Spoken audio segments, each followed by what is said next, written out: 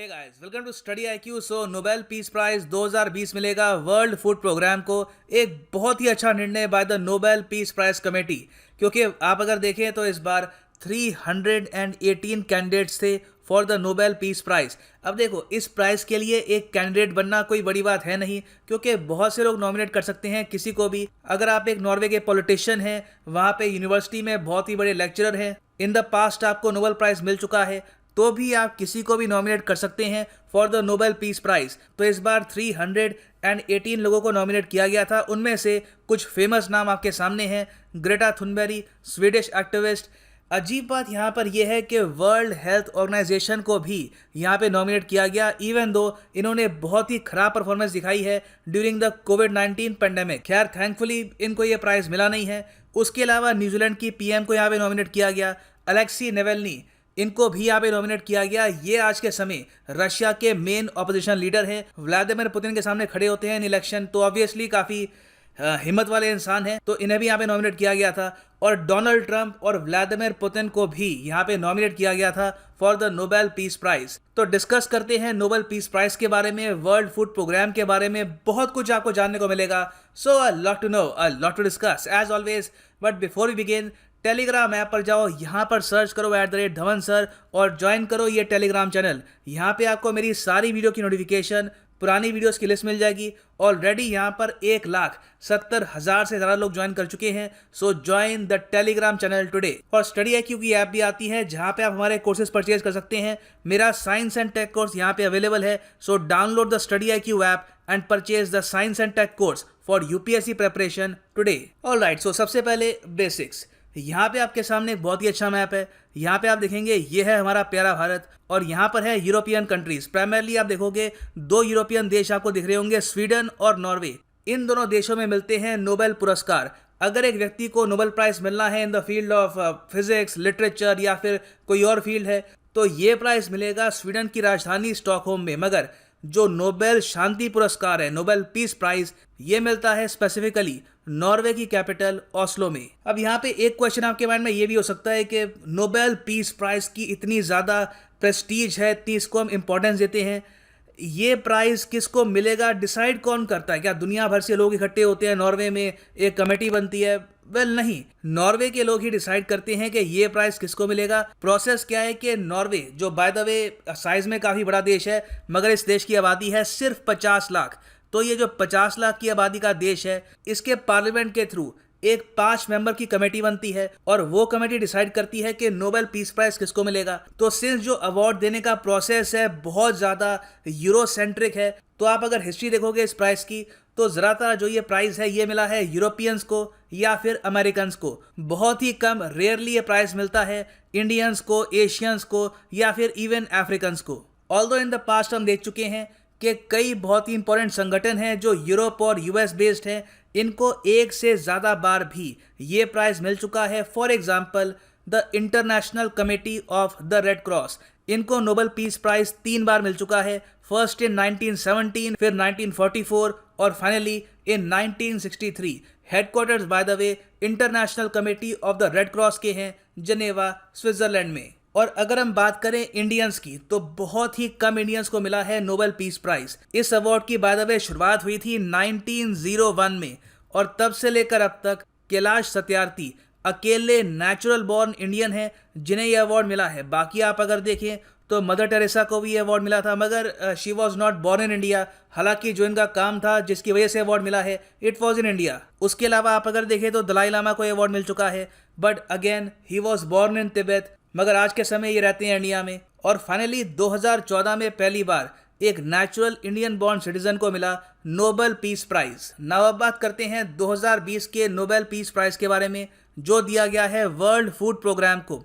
World Food programme अपने आप में है क्या? पहली बात तो ये आता है यूएन के अंडर। आप अगर इनकी वेबसाइट देखोगे तो वहाँ पे साफ साफ लिखा है इनके लोगों में, यहाँ पे आप देख पाएंगे United Nations World Food programme.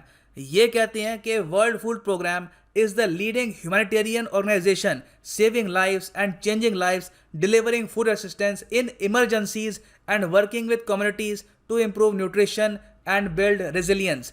तो देखिए, वर्ल्ड फूड प्रोग्राम का मेन काम है इमरजेंसी में फूड पहुंचाना। ये और काम भी करते हैं न्यूट्रिशन से रिलेटेड, मगर इनका मेन काम ये है कहीं पर जंग छिड़ गई, कहीं पे अगर मान लो वायलेंस हो रहा है किसी कंट्री में, इंटरनल डिस्टर्बेंस बहुत ज़्यादा हो गई, तो वहां पर जो आम नागरिक है उन तक खाना नहीं पहुंच पा रहा, तो वहां पे एंटर करता है वर्ल्ड फूड प्रोग्राम और यहाँ पे प्रॉब्लम में फंसे लोगों को ये फूड प्रोवाइड करते हैं। रिसेंटली हमने देखा है कि मिडिल ईस्ट में जब सीरिया में काफ़ी कॉन्फ्लिक्ट हुई, उसके अलावा आईसिस जब काफ़ी हद तक फैल गया, तब उस वक्त इराक और सीरिया में बहुत से रीजन थे जहाँ पे लोगों के पास खाने तक नहीं था। उस वक्त वर्ल्ड फूड प्रोग्राम ने लाखों लोगों तक फूड पहुँचाया है ऑन अ रेगुलर बेसिस। और ये तो मैंने आपको एग्जांपल दिया है, उसके अलावा अफ्रीका, एशिया, दुनिया भर में इन्होंने लाखों लोगों की जान बचाई है through proper food supply. Now इस संगठन की फॉर्मेशन हुई थी 1961 में और WFP के हेडक्वार्टर्स हैं रोम, इटली में। नाउ इटली, रोम में कई और संगठन हैं जिनका डायरेक्ट रिलेशन है विद फूड। ये मैं यहाँ पे आपको अगर दिखाऊं तो टोटल 3 संगठन है रोम, इटली में जो UN के अंडर आते हैं और जो काम करते हैं फूड से रिलेटेड। हाँ, उनके काम करने का जो तरीका है ये काफ़ी हद तक डिफरेंट है। एक तो है वर्ल्ड फूड प्रोग्राम जिसका काम प्राइमरली है इमरजेंसी में फूड सप्लाईज पहुँचानी है, तो ये सब काम ये हैंडल करते हैं। उसके अलावा एक और संगठन है Food and Agriculture Organisation, FAO। इसके बारे में आपने सुना होगा, इसके हेडक्वार्टर्स भी हैं रोम, इटली में।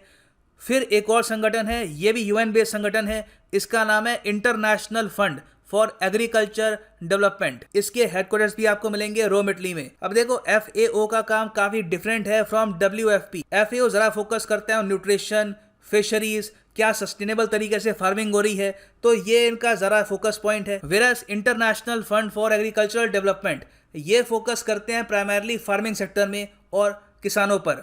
2020 का नोबेल पीस प्राइज जो यहाँ पर दिया गया है WPF को, इसका रीज़न यहाँ पे नोबेल प्राइज कमेटी ने ये बताया है कि this award has been given for their efforts to combat hunger, for its contribution to bettering conditions for peace in conflict affected area and for acting as a driving force in efforts to prevent the use of hunger as a weapon of war and conflict। तो आप अगर शब्दों पर focus करेंगे तो Nobel peace prize की committee ये कह रही है कि आज के समय हंगर को यूज किया जा रहा है as a weapon in conflict. ये हालांकि ये काफी पुराना टैक्टिक है, मगर आज के समय काफी यूज किया जा रहा है। आईसिस काफी बार क्या करता है कि अगर इनको मान लो कि एक एरिया कैप्चर करना है तो उनकी जो फूड सप्लाई है वो रोक देते हैं, उनको स्टारवेशन की तरफ धकेल देते हैं। अफ्रीका में भी हमने देखा है कि बहुत सारे जो ग्रुप्स हैं जो वहाँ पे चाहते हैं कि वो सरकार को हटा दें, तख्ता पलट कर दें, तो वो काफ़ी बार ये कोशिश करते हैं कि सिटीज़ में फूड की सप्लाई चोक कर दें ताकि इससे क्योस फैले, पब्लिक ऑर्डर डिस्टर्ब हो जाए और सरकार अपने आप गिर जाए। तो ऐसे टाइम में अगर एक संगठन इमरजेंसी फूड प्रोवाइड करता है तो ना सिर्फ ये लोगों की जान बचा रहे हैं, ये इन द फ्यूचर ज़्यादा वायलेंस होने से भी रोक रहे हैं। क्योंकि ये बहुत ही सिंपल बात है कि अगर किसी भी सिटी में अचानक से फूड की सप्लाई रुक जाए तो लोग आपस में लड़ेंगे फॉर रिसोर्सेज, बहुत ही जल्दी वहाँ पे क्योस फैल जाएगा। सो WFP की जितनी हम प्रशंसा करें उतना कम है। They have done a lot in the last few years to prevent violence and conflict. और आपको ये भी पता होगा कि 2015 में इरेडिकेटिंग हंगर मतलब कि भुखमरी को बिल्कुल मिटा देना, इसे एक गोल बनाया गया था under the UN sustainable development. और वर्ल्ड फूड प्रोग्राम का भी काम ये है कि इवेंचुअली दुनिया में भुखमरी ना हो, सबके पास एटलीस्ट खाने के लिए तो हो। ये एक बेसिक ह्यूमन राइट है। So everyone should have adequate food. और यहाँ पे मैं ऐड करना चाहूँगा कि नोबेल प्राइज कमेटी ने ये भी बोला है कि WPF ने इन द पास्ट तो बहुत अच्छा काम किया है, इन द फ्यूचर भी इनका रोल काफ़ी इंपॉर्टेंट होगा। क्योंकि कोविड-19 की वजह से दुनिया भर में हमने ये देखा है कि सप्लाईज जो है फूड की ये काफ़ी हद तक चोक हो चुकी है। काफ़ी जगह एग्रीकल्चर हुआ नहीं है, लोगों का काम रुक गया है, ट्रांसपोर्ट रुक गया है। तो आज के समय सबसे बड़ा खतरा दुनिया के सामने ये है कि कोविड-19 अगर जिस तरीके से अभी चल रहा है ऐसे चलता रहा और इसकी वैक्सीन डिले हो गई तो पॉसिबिलिटी काफ़ी हाई है कि बहुत से लोगों में आपको स्टारवेशन दिखेगी, बहुत से लोग भूख के मारे मरेंगे ऑल ओवर द वर्ल्ड। तो ऐसे टाइम में WFP का जो रोल है ये और भी ज़रा बढ़ जाएगा। सो अगेन इन्होंने पास्ट को देखकर, फ्यूचर को देखकर एक बहुत ही अच्छा निर्णय लिया है। और क्या इस अवार्ड में कुछ पैसा मिलेगा? देखिए पैसा बहुत कम है compare to the budget of World Food programme.